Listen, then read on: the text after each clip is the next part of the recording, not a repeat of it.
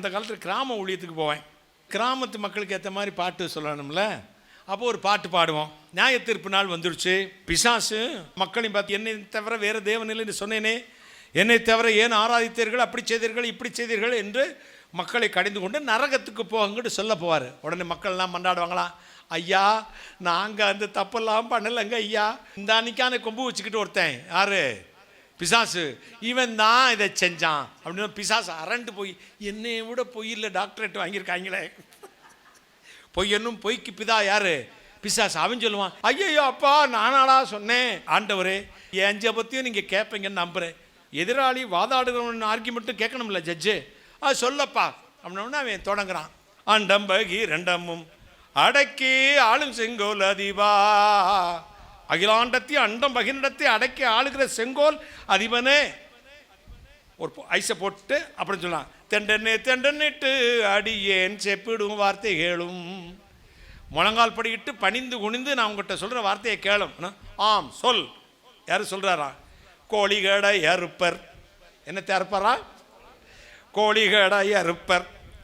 அறுப்பர் கும்பிக்கீரை கொடுப்பர், கும்பினா வயத்துக்கீரை கொடுப்பர்.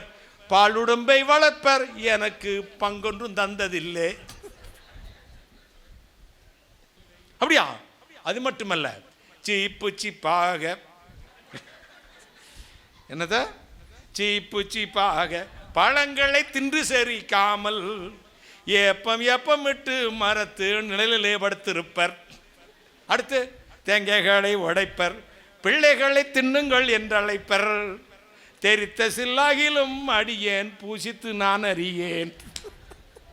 பச்சரிசி உணர்ந்து மொக்க பானையிலே அவைப்பர், பாலுடம்பை வளர்ப்பர், எனக்கு பங்கொன்றும் தந்ததில்லை. இவ்வளவும் செஞ்சுட்டு அவன் தான் காரணங்கிறீங்களா?